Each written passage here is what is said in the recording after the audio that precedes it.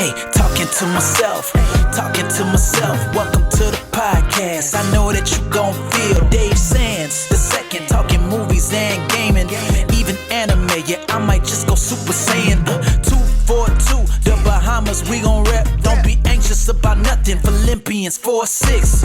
Sharing about my life, sharing about God's truth. Always keep it real when I'm talking to myself. Let's go. Mic check.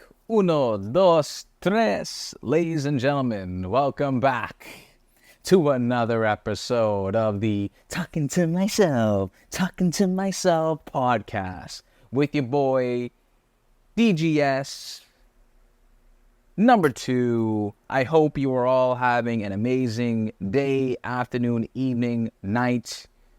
I hope you are all doing extremely well. Welcome back, man. I'm excited. Full transparency, after episode 5, that was a really good one. I really enjoyed that. If you have not listened to episode 5, I recommend. That was my CPA episode. That was a long one. That was over an hour. That was a lot of talking. Voice is still sore, but we moved. It was a really good one. But on today's episode, we're going to be talking about 2 things. We're going to be talking about One Piece a little bit. More specifically, One Piece episode 236, because I kind of found a way to tie conflict with something that I'm talking about today. And that other thing would be like the audacity of Cain. We're going to be talking about Cain and Abel, ladies and gentlemen. And that's going to be a very classic story. We kind of hear about that from Sunday school if you grow up in church. And so, yeah, we're going to be talking about Cain and Abel as well. And so, yeah. If you guys are enjoying this podcast, wherever you are listening to it, let me know, leave a 5-star review, DM me, message me, tell me how I'm doing. I'm just here to learn, just like everyone else. I'm trying to learn as much as I can, in the word. Iron sharpens iron. So, help your boy out. Let's learn together. Let's grow together in our faith. So, okay, boom, we move. Let's do this. So, I have to preface this by saying, if you don't know what One Piece is, and you plan to watch the show at some point, and maybe you could skip a little bit ahead, because I'm not really giving out any spoilers, really. I'm just going to be talking about like a location where the characters are at, what point we're at, and it kind of could be a spoiler, because I feel like it's a very important point in the series. So boom, let's talk about One Piece. So if you don't know what One Piece is a Japanese manga series with, what we call anime. So it's adapted into animated form to be played like on screen, And so the premise of One Piece is dealing with the main character, Monkey D.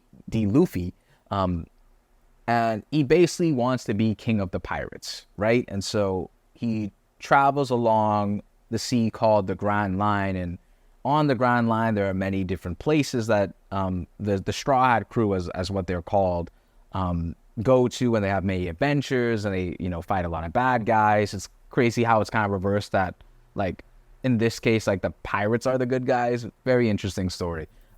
Very good anime as well. PG-13 warning for sure, but it has a lot of value, and it's a really good show. And so, Episode 236 now. Episode 236 is a very critical episode in One Piece from how I kind of took it in. So basically, the characters are at this place called... what is it called? They're at this place called Water 7. Basically, this island that is essentially almost flooded by water, and so a lot of the citizens have to... take like gondolas, kind of. I hope gondolas is the right word, but they take like their boats, and these boats are put on like these different creatures, and so they kind of ride around the city on these creatures to get around. And so basically why the characters are in Water 7 is that they need a shipwright. A shipwright is someone that fixes ships, repairs the ship when it gets damaged, things like that. And so the characters are there. they went to the place, the area where essentially like the best shipwrights in the world are, and they basically got an inspection of their ship called the Going Mary. And so the shipwright inspected the Going Mary, and then he came back to Luffy and the gang and basically told them that the ship is basically unrepairable. So he basically said that he was surprised that they were able to make it to Water 7 because their ship received so much damage. And to be fair, I mean, everything that happened before getting to Water 7, like, yeah, it kind of makes sense. I mean, literally, they fell out of the sky with the ship, and that ship has been through so much pain. So it only makes sense that it's that permanently damaged. Anyway, so now Luffy has to make a decision.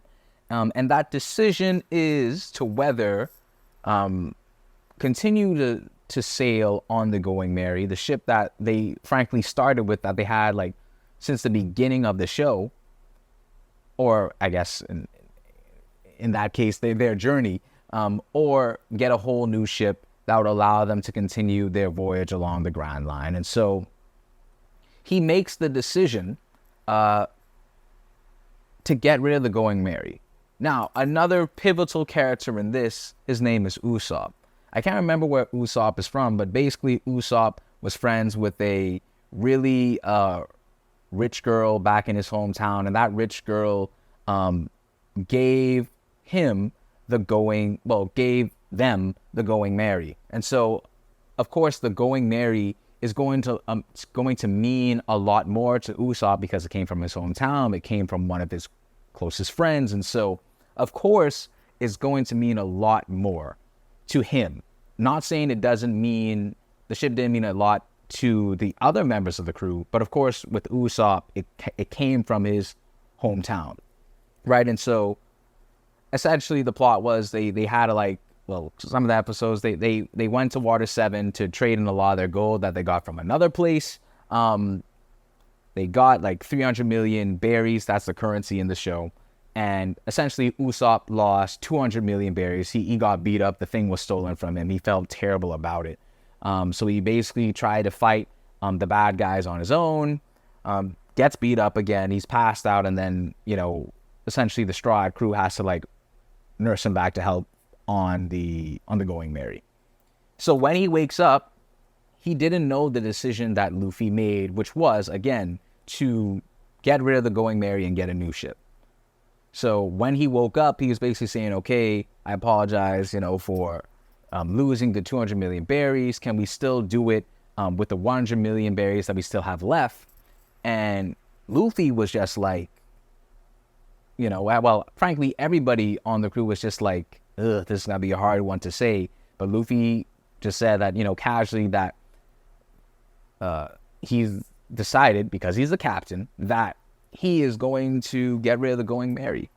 And of course, Usopp didn't take that well. They had like a huge argument on the ship, a huge one.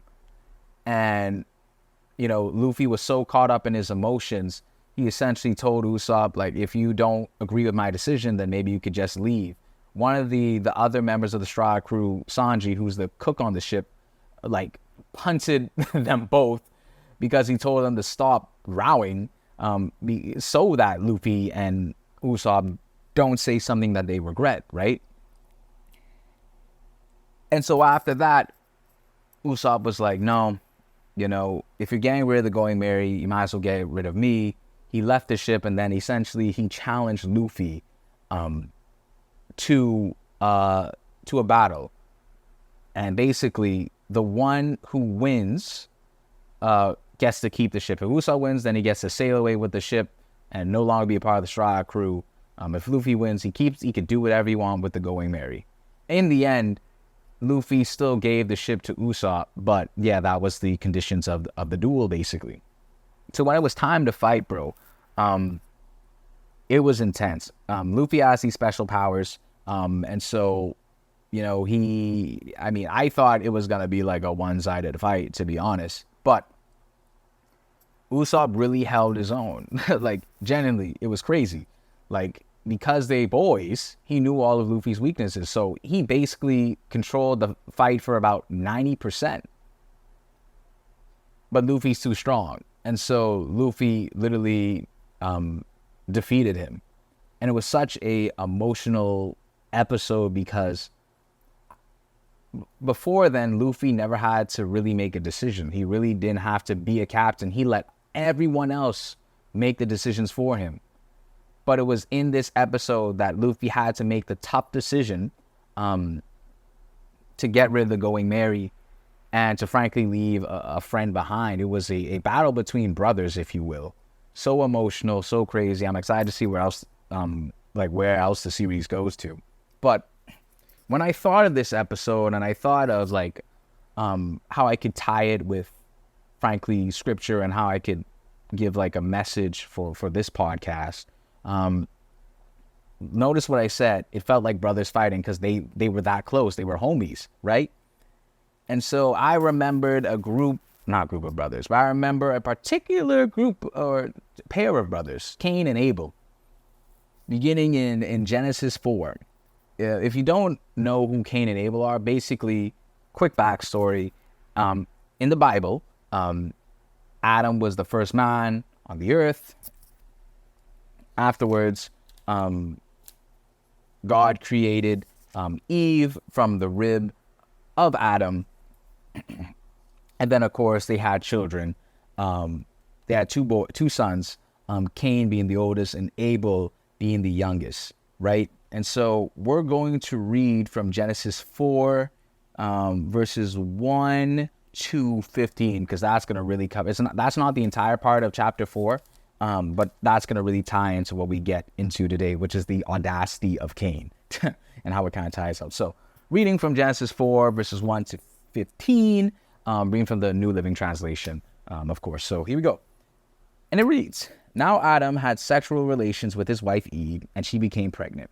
When she gave birth to Cain, she said, 'With the Lord's help, I have produced a man.' Later, she gave birth to his brother and named him Abel. When they grew up, Abel became a shepherd while Cain cultivated the ground.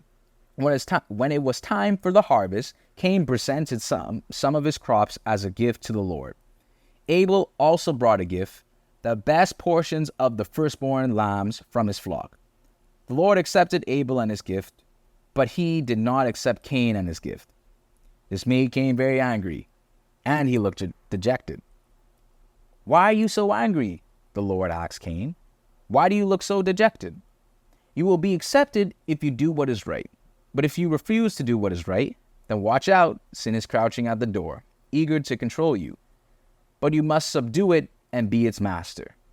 One day Cain suggested to his brother, 'Let's go out into the fields.'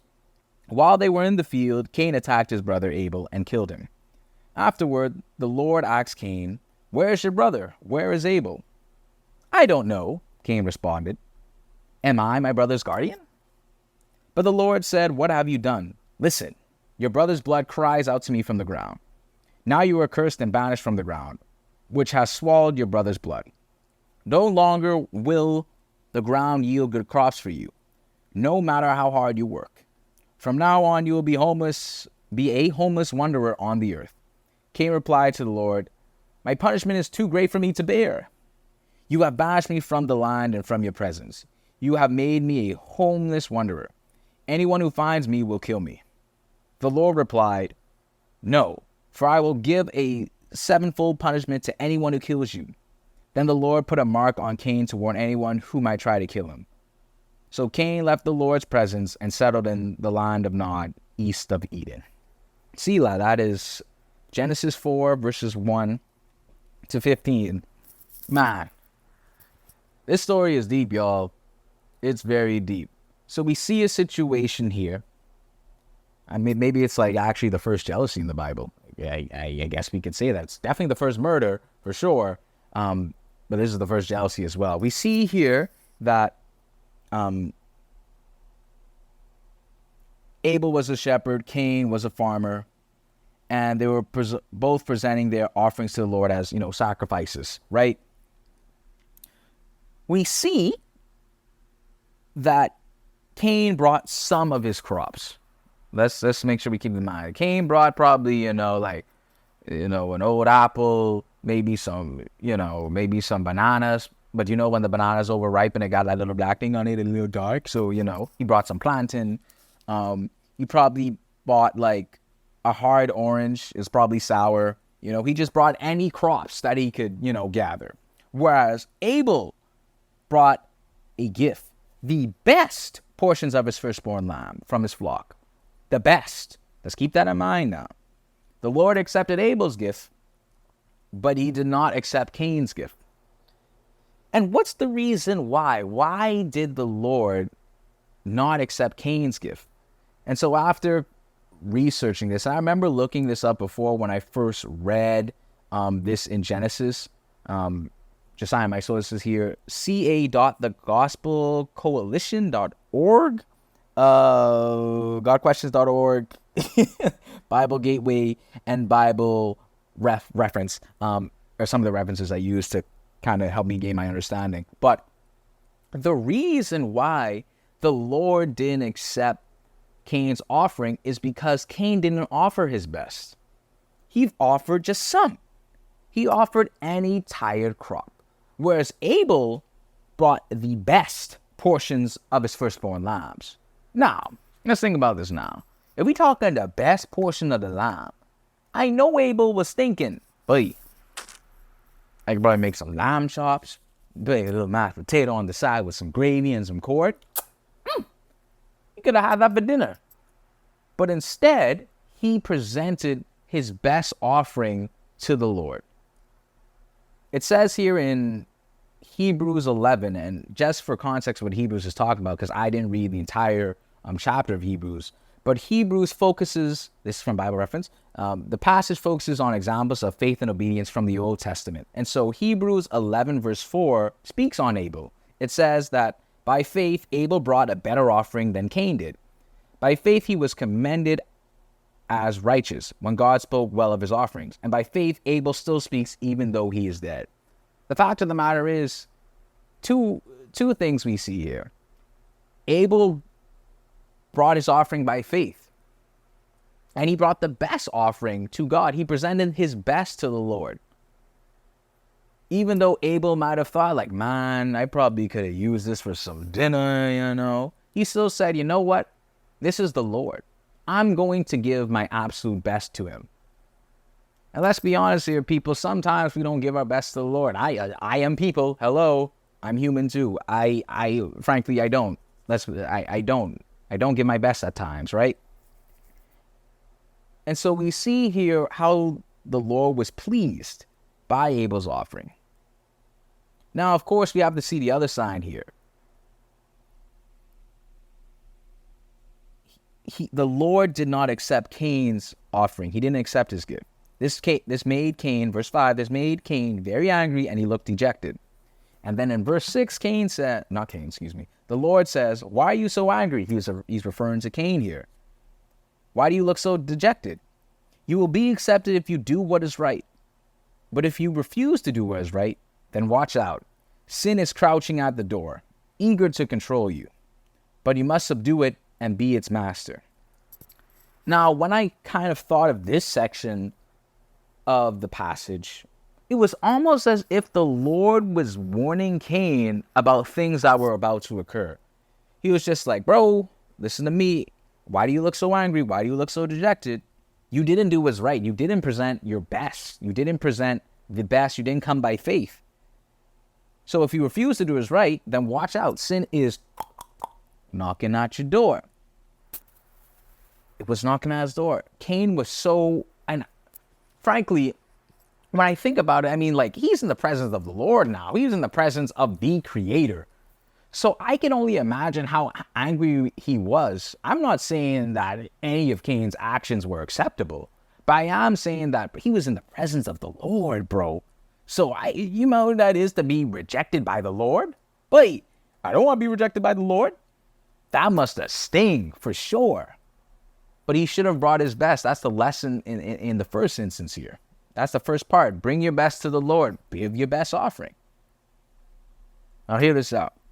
Verse 8 now. One day Cain suggested to his brother, let's go into the fields. You know, we about to play baseball. No, he doesn't say that. But he says, let's go into the fields.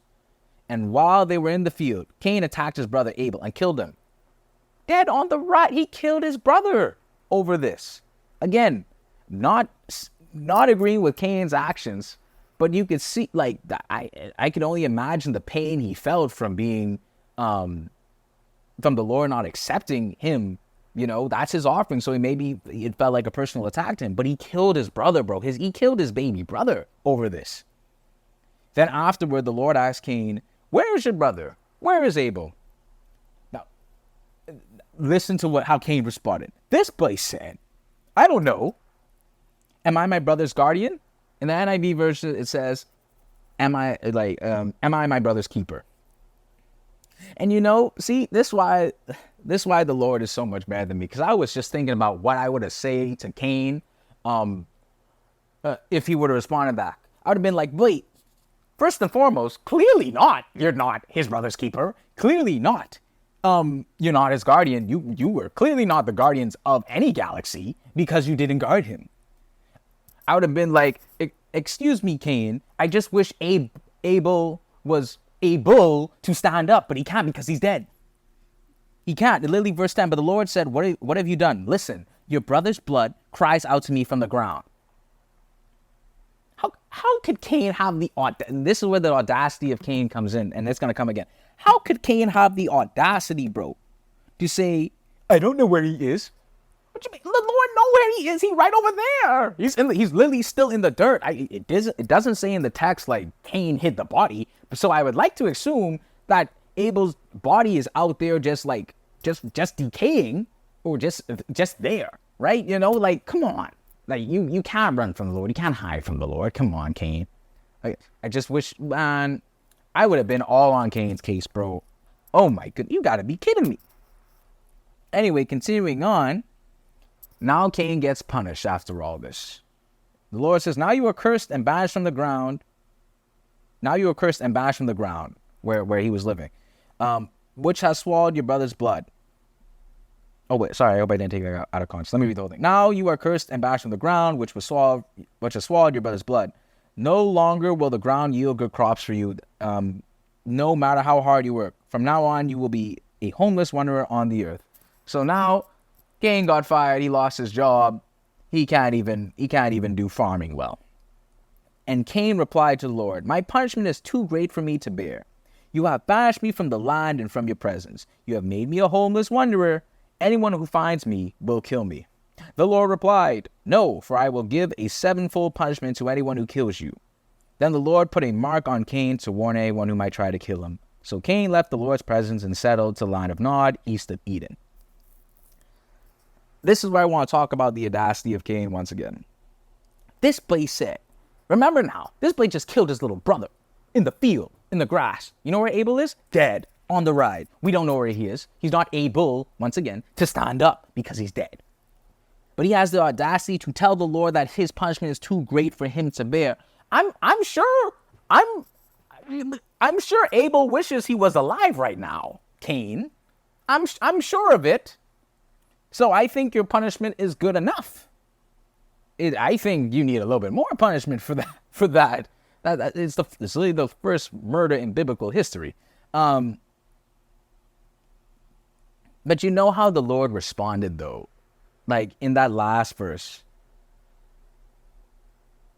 No, for I will give a sevenfold punishment to anyone who kills you. Then the Lord put a mark on Cain to warn anyone who might try to kill him. So Cain left the Lord's presence and settled in the land of Nod, east of Eden. You know how crazy that is, y'all? Cain murdered his little brother. Cain complained to the Lord that his punishment for murdering his little brother was too great. But you know what the Lord still did after all of that? The Lord protected Cain. Because Cain was now afraid to be killed. Very ironic. But the Lord still protected Cain in the end, bro. It says here in the study Bible, where it talks about verse 14, the mark on Cain was not, as some have taught, a badge of guilt. It was a sign that God gave Cain. It was a sign that God gave Cain for his protection. Even after Cain's great failure, God desired to protect him from harm. Many of us look back and marvel at how God protected us before we began seeking him.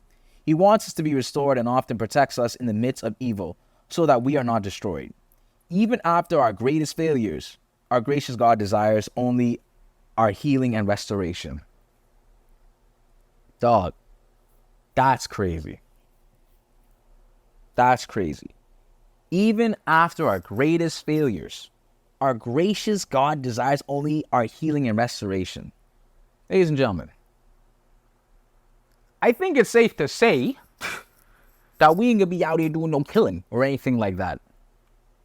So you telling me that the same God that protected Cain after murdering his little brother, again, Abel can't, he's not able, he can't stand up. You think God can't protect us with the much more simpler things that we're dealing with in our lives? Come on now. That's what hit different for me. The Lord still protected Cain in the end, even after one of the worst things you could possibly do in life, bro. He still protected him. And I think that's such an important message to understand, that it really doesn't matter how far you get off the track. I don't care how far off the track you got. The world may not accept you, but God will. And I think that's the best feeling in the world, that we will still be protected. Regardless of what we do, the backsliding, the cheating, the lying, every sin in the book, the Lord is still going to protect us. And I think that's such an important message to understand, that in the midst of pain, even after we sin, the Lord will say, you know, come on back. You want to go out there and do foolishness again? The Lord doesn't like that for sure, but he's going to accept us with open arms. And I think that's such a blessing to know that even after all our failures, the Lord is still going to protect us. I don't know what anyone is going through who's listening to this podcast, but we all going through something though. That's for sure. Every single person is going through something. But we can have faith, knowing that the Lord will protect us even after our greatest failures, even after going off the track, even after being like, God, leave me alone. I don't know what you're doing right now, and it hurts. The Lord is still there to protect us. So, yeah, man, that's such a impactful story. It's a story that got very dark, firstly, but then it shows the grace of God, and you know, you sometimes forget how strong that grace could be, but I hope this reminds all of us that, man, God can really and truly protect us. Yeah, and I think I'll end it there, man. What a great story. I hope that kind of ties with what I was talking about earlier. Yeah, I feel like it does. But with that being said, y'all, thank you all so much for listening to this episode of the Talking to Myself podcast. If you're enjoying the podcast, once again, let me know, DM me, message me. Thank you all for listening, and may God continue to protect us all, man. It's such a beautiful story in the end, and such a valuable lesson. See you loud, we move. God is good. Thank you all for listening, and until the next one, peace out. We move!